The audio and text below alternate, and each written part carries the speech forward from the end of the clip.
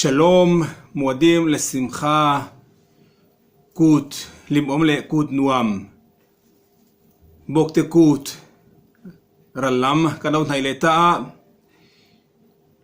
כנתרו מתיימתן. הושענא רבה, chhanchhuakt, chhanchhuakt, L-LPA P-thianin, min rel to te kha, soi dang lam thei turin chance alo ome antia. Kan set angin, Rosh Hashana a, L-LPA P-thian ma dingin, kumina chhanchhuakt thil theng tu, chhanchhuakt rel na nei anitoa. Chu thu rel chu, Yom Kippur, tlan nania, nem ngein, aoma sil chutnan ania. Amay ro chu tianga ro rel felsa sil chutnan to sa po chu L-LPA P-thianin soi danglam thei turin Hoshana raba chhanchhuakt chance min pe ti ania. Chuanin Hoshana raba zan in atangin kan khosak dan te kanom dan te azirin L-LPA P-thianin kan chunga ro alo rel to te tung ru chelawa a thalo zogin kan chunga a che zongin thilo thleng turin ro rel na te bolom to ani mai theya amai ro chu Hoshana raba akanom dana zirtele kan khosak dana zirte kan rel ro azirte in sodang lam thayania kan chunga thil thalo lo thleng tur lo ruam han lok le lo rel sa te po chu soi dang lam le theini in le chutiang nuai bo le thein na Hoshana raba nia hianin ome ti na ti ania chuanin Israel fa te chuanin ti dan thina kan nei a chuanin custom min hak kan nei a chuanin Hoshana raba hianin tlaivara tora zirtenia mi song chu kan thei lo banga then chuanin zan lai thleng ten zira ani lo po in zan danga anzir aya tam te zirin tora zir nan hun in siamin pathian tana in hlan na nein theitop chuana anei thina khami kha wenia po hetianga zan in Hoshana raba zana tora zir na tura hoi ho tu te inti thilti ropuya Israel fatena kanti dan thin custom kan nei te hi ngai zam chia ni lawanga ngai poimo turania theng kha chuanin custom mai te chu min hak mai te chu ti ngai hlenem ti ya ngai dan nei te pok anoma ma segin hetiang ngai dan dik lawnia I Israel fatena min hak kan nei to chu min hak Israel kadosh hem ti nia Israel faten min hak kan nei to hi chu thiang hlimna nei ania pi tora thupek ang chu ni lo ma segin kan ngai poibo ngaya kan phak to ka ke manina kan ti be kha kan e batania chuanin zan ina e benem na shepum puitana e hetianga shiur ngai thak na tura hoi hotu te po in thilti aropuya L-LPA P-thianin mal som chu segin chuan ang poni segin chu Hoshana raba apoimo a Hoshana raba kha P-thianina chance min pek top na nia chuanin e kan lola piang thar to lo poni mai thea so kala sim lawa ke mania e ngai tu na thalo le solte kan la nei ni mai thea ma segin tun hi last chance ani chu boin hi hianin kan chunga ro rele te kan la soi dang lam thei ti kha boin hi apui mo zia e kan soi le kan ta lan ani segin Hoshana raba omzia ka di choni Hoshana P-thian chutlan tu ania P-thian chu chhanchhuaktu ania kan Hoshana kan soya khanin Hoshana kan chamthina khanin Adon haMoshiaL Hoshana Adon haMoshiaL Adon haMoshiaL P-thian kha Adon haMoshiaL nia I chhanchhuaktu pa nia P-thian kha I kong engkima min chhanchhuak thei tu ania L-LPA P-thian kha eng boina laka tapo eng har satna eng din hun khirkhan eng din hun huai nungber laka tapo min tlana min chhanchhuak thei tu kha Adon haMoshiaL ama kha L-LPA P-thian ama chau khania chuanin Hoshana kan soya khanin Hoshana Adon haMoshiaL Hoshana masa enge omzia enge Adon haMoshiaL nia khovel thilin te khin thu te khin an soi tai la mi ra thei ko sakhar sa em hi oma ra thei ril tram sum le pai nei lo sile fen in belum tu po nei lo me osan hen alo kala me osa ban hen khan mi so me osa mi ra thei tan po in mi phal em mai thin chadaka ui ngai lo ta chonin kha mi ra thei ba kha me osa ban hen khan alo kala khoi takin sum le pai min tram pui te ele in tu po ka nei lo sile fen lumbel tu po ka nei lo ka thi mai don masagin khalai din huna khanin kha mi ho sapa khanin nia sum don na te sum le pai din huna khanin engamo din hun khir khan deuh mai alo din lai nia chawa chonin chan pui chu adu lutuk a khonga ya khamir thei ba kha cho jang khai po du masagin khoi takin min thiam mai ro tun tum chu chan pui thei din huna che ka ding lo ka din mun hi tu na hianin a khir khan hle mai chu ban chonin ka mahun tu poi ka chiang lo chu ban chonin ka thian pa nia i mel thia thonga i ke mang thomi ho sa a bo thil phal ama sa pan mai te abula va kalla champu na dil mai ro te ni chu tha chonin nia kham be the pa khanin mi ho sa pa de hun kha thia thiam puya wa chonin lung nur lawin tia khanin akala mi ho sa pa dang pakhat ne na so na pan le ta na chu se kha mi ho sa pa kha wa thlenga champui na bodi la ma sa kha mi ho sa pa kha ne tinge voi ni mi song song mi ra thei song song ko bulan local en tinge mi song song ka champui theyang ni dang songa local ngai lo tum dang songa tu ma mi pon ngai lo tinge voi ni a he mi tam tak ka bulan local in za ba in ka champui seng lo chu chuma chonin ka thian pa so mi ra thei champui thin tu mi ho sa em mai oma ama sa pan mai te tin kha mi ho sa pa khanin alo hnar le ta ni chu ta chonin ya ban tu lo tam to anga i kha mi ho sa pa kha khanin mi song song khat lam pui sen bik lo pon yenga le thei pa bo kha avui lem chong lo wa le khanin mi ho sa pa soi a pathum na kha pan be le ta ni chu ase kha pa khanin awa thlenga champui na vodi la ase ngeng kha mi ho sa pa khanin nga tinge ta thok thei ni lo mi i la sel khai la chak kha nga tinge champui na tiang hian zonga he mi champui na nuni tum lo zel haw ni chu lo hawa tiang khanin rilu lung hor tak lo siam dan ni chu champui du lawin tiang khanin kha be thei pa kharil tram le bai vai takin om ta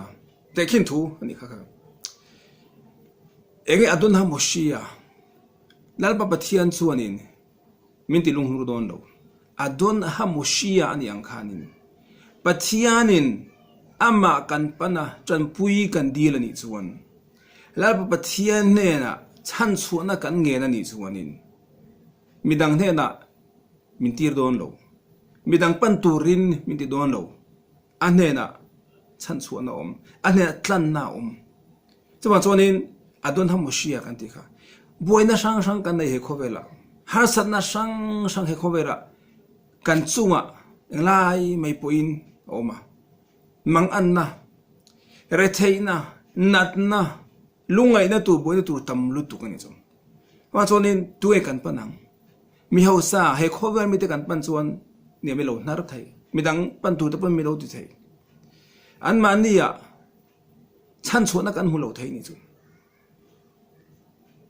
sum le pa ya chu diang chu lo ni tang sengin sel na chung changa dam lo na chung changa dam lo in dam na du a doctora pana doctorin lo te dam lo thei din khan na khan lo shelo pon mai thei lo te dam lo thei nge din hun khir khan lu tu ka amai na thiam na poina phal po lo ni thei ni chu dam na ka da chhanchhuak thei lovin midang ne na lo refer mai thei ni chu doctor chu pan mai ro ani chu thiam ani chu specialist ania bapadanga khapa khanin alo enanga an na kha khir khan boxi khatian na kha zen zen lo ma chonin midang ne na tir le thei ni chu masangin he khovel mi te na khanian dam na bok an lo mai thei masangin adon haMoshiaL ne na chon dam na kan mu don dam na fam kim P-thian ne na chonin amu thei midang ne na min tir don lo rofe ne man kan ti rofe ti dam tu doctor ne man rin pathian in ti dam thelo an nei lo rel ru nat na nei tan te po ti dam the na ne ya tak sandat na nei te po la pa pathian in an na la ka ta a chhanchhuak the adon haMoshiaL ni nangin tuan sonin he khovel mi thiam te ne na dam na te kan jong thina thamuan na te ha dam na te nem na te kan thina kan be sei thina ma sek ani lo dam na na hun chu nge kan ti chuan chhanchhuak na kol tu nge kan ti chuan adon haMoshiaL khan chu pathian ama chu hoshana adon haMoshiaL la pa pathian khan ama kan ama rin na kan nei ama khanin be sei kan nei ya za kan chian chunin kan ha sana zong la ka ta min chhanchhuak the ve khat Jerusalem Rabbi pakhat Rav Arush antia Breslev Rabbi ve khat ka ha na ti ni chu ka ha na khop maya ka ha pui mi chuanin nia ha na chuanin engen ti thin ti chuanin ha doctor an pana ha pui ange ta khanin tipul soresh abul thuta tangin treatment an L-LPA ti khanin ti dam na mi zong in ha na chuanin ngai tu ana lo lut ma saber chu nge ha doctor pan a phone number zona phone a appointment la kania masangi Rabbi Arush khan ke pon tipul soresh ka ti atin zo ke pon ka hanna lu tu kha tipul soresh ka ti ngai masang engtin nge ka ti ha doctor ka pan velo wetin zo ke chu Jerusalem forest ka chua ka tipul soresh ka fati nge pathian ka awa pathian tena dam na ka vadila pathian ka va bia dam na fam ki pathian min pe doctora dam na lowin engkim kol tu natna engkim ti dam thei tu rofe ne man doctor rin ti dam tu rin khatunge rofe ne man a cha le khot ma tim kan ti kan rong tana pokan se so fa inwa ti dam tu khatunge la ba pathian ni adon haMoshiaL khan tu ma chonin khovel thelin thamuan na kan zonga dam na kan zonga masengin tun hoshana Rabbi enge kan zir kati chon pathiana in nga na pathian rin na in tuai tharna ani chu pathian abitakhon kan nei dikta ga chonin ya voini chonin pathian ring mi kan ni am tin hin zo taila tu point pathian kan rin thu kan senga he khovel siam tu ania he khovel asiam mai ba ka voini theng point he khovel en kola ama thun huai ama ku ta en kim hi oma chu pathian chu ni kan biak pathian pakhat chau he khovel siam tu kha isel fa te pathian sinai tlanga toramin pe tu Abraham Isaac ba Yaakov pathian ama chau kan ring shema isel shemel ko ino sheme khat maseng chu bi chung chuanin nia kan rin na hi anget lo vio poni mai thei kan to mi thiam ten ring mi tak chuan an tia pathian in hat tak chuan nak tu ka ai tur hi ina kol du la ben ti ai om sia ne kai ban ni chuanin kan nu le pa kan pi le pu te ina ta poni ram thel ma poni thawa bu fai bek linga om lo chuan thamwang lo thapang an mania ega mo thamon lo na nei ni chu rampon na poni thawa bu fai bek ege bu zem khat ani lo pon na chan ve ega mo za trin ega mo za phru ega mo za chu ma ngai om lo chuanin kan thamwang lo ni chu kan ri lu ha dam lo kan hau thok ege kan ege nak tu ka masagin tora ring mi pathian ring mi tak chuan pathian ain ngat mi tak chuan voini ai tu chau khan ya nak tu ka mi tu chu ngai tu ngai lo anti okuna pathian min pe don với nó cái mà mỏ tu cái này chúng ta tộc nặc tu cái mi tu chú ahun rồi thằng ngang nặc tu cái lâu niên à bắt thêm bị đòn bắt thiên là rin na sang tak chúng khati khăn thì nên tiệt Rabbi Shimon Bar Yochai fa azirti te poin Rabbi Shimon Bar Yochai po zodan ngay tiếng Israel fa te khát lại khăn bắt thiên in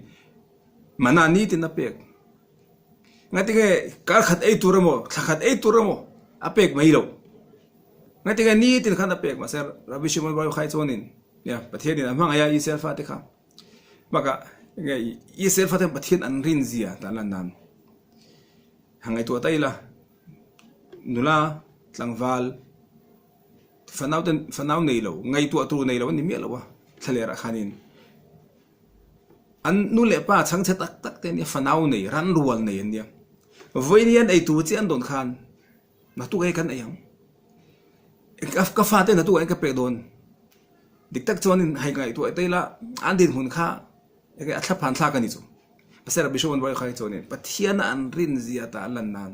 pathian an au thopo ngai thadua an ko pathianin an ama an ko na te thom te ngai thadua a thalela mathaka khania nuai makta duai tel thale ram rowa ni tin an ei tu tok te in pathian pe zela an check hol lo pathian ring mi chuan na tu ka mi tu khalungai ngai lo om don pathian in kama mo ang tu kha ron phuk sak don chonghein ko om don lo ril tramin ka thi don lo ti kha pathian rin na nei tak chuan za re nei chu ti khan ti ti ma chonin ring lo mi ti chonin eng ring lo mi tu ma ring lo mi ka ngai du lo nga ring mi vek kan dia pathian kan ring alom ama kan bia kan tong trai ni ti ning ma sangin ring lo mi chu tu nge ti chuan tun adin huna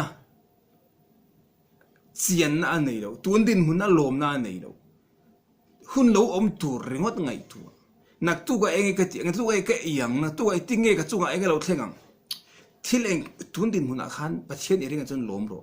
tun din hun khatia ga pathianin a thlen tir che wa khan lung oi ro nya anua khami kan lung oi kan lom nuwa khania malam pang chu kan thira ngai lom ma sengin englai mai po tun din huna po lom na chang shlo tu na hian tu na kom dan tu na ka din hun tu na ka khos tak dan pathian in remin ruat sakania pathian lo relen tia tu na kan chian lo tu na kan lom lo wa at na kin ro thleng tu nak tu ka kar le thale kumle khatiang rengot kha ka ngai tu na omani chuan pathian ring lo mi kan ni ti khatiga soite po khomai chu engom chi ne pathian chu kan ring lu tu ka nga ma sengin tuan din hun din min din tir tui pathian ani loem ni pathian ani lo mai chung te ka lom lawang ka te khami khani ka chian lawang ka chiang lo ni kha chonin ka pathian rin na kha ang het tok lo we a chiang to lo ti ya nge thil fe na po mi chu wa chon eng din huna po ding ila eng kho sang na po se tu na hian pathian na ka chiang hei pathian ni na miron khen tir ni ka chunga hetiang lo om tu te pathian ro rel ni ka loba ka chiana ka rina ka he ngai chu nirwin nak tu ka le thale kumle nai mai poin ka ngai tu ana kan suang tu ana kan mitha hun lo om tur ngo da ni chuan kha pathian rin lo na chi khada ni an tia ram thiang hlim ka thlen huna ram thiang hlim a chuan chu tiang khatiang chung ko mang chu tiang chung ka tiang nupui ka nei huna chuan chu tiang chung ka tiang pasal ka nei ve huna chuan in he tiang hian ka tianga tun huna nung loin hun lo om turatan kan zel din na du thu kan sam na kha rin na chiang lo rin na het lo te om dan nen ti ma chonin tuna kan ti tur ka chon kan chian tun din huna hian kan chian angai mani cheu din huna kan he angai he pathian rorel pathian na min mang ai wanga min ti sakani di kha nge ring mi ten anom dan tur nen ti so chonin ka sei do khanin hosana raba pathian kan rin na kan inti chakna pathian kan chian na ni ani nga ya ama khan kan hasan na eng kim lakata min chhanchhuakt thei hosana adon haMoshiaL kan ti kha sumle pai hasan na tunge kan address don ama damlo na le reselo na tu ngai kan pananga khoi tenge dam na fam kim kan dilang ama aba pathian adon haMoshiaL nu pa boina adon haMoshiaL kan panang fanau te chungchanga tu ngai kan pandon psychologist nge khovel mithiam tenge niang adon haMoshiaL enkima kami kha hoshanã raba akanti ani kum tuat pun ni thawanga asengin in toy tharna kan nei in ti chakna kan nei kha kami kha voini kan su toy te kan soi ni sengin ba pathianin kan samai man mi som sengin ama adon haMoshiaL ani angin kan har sat na te kan boi na te nakata ba pathianin ngon chhanchhuak sengin ngon kong enkima i ma som na ron pe in ma som na ron vur sengin tun ku lim taka kan man te u khoshem ba pathianin kan kut man te enge i min pom sak sengin a mitzwa kan len rang te pathianin a Jerusalem temple mun thiang lima kan len angi mi ngai sak sengin besata shem i kan kut le lom le tu besata shem Jerusalem enge kan lagan sak ang khanin muchayim kipura bishana haba Jerusalem habnuya kan tiang khanin voine kan omna chewa kut mang to lawin nakuba chuan Jerusalem khupui thiang lima temple mun thiang lima pathian in la na huna kut ro puile chung chuang mang thei turin pathiani kan zawain mal miron som theu ro se in zawain nge i khak samek theu ule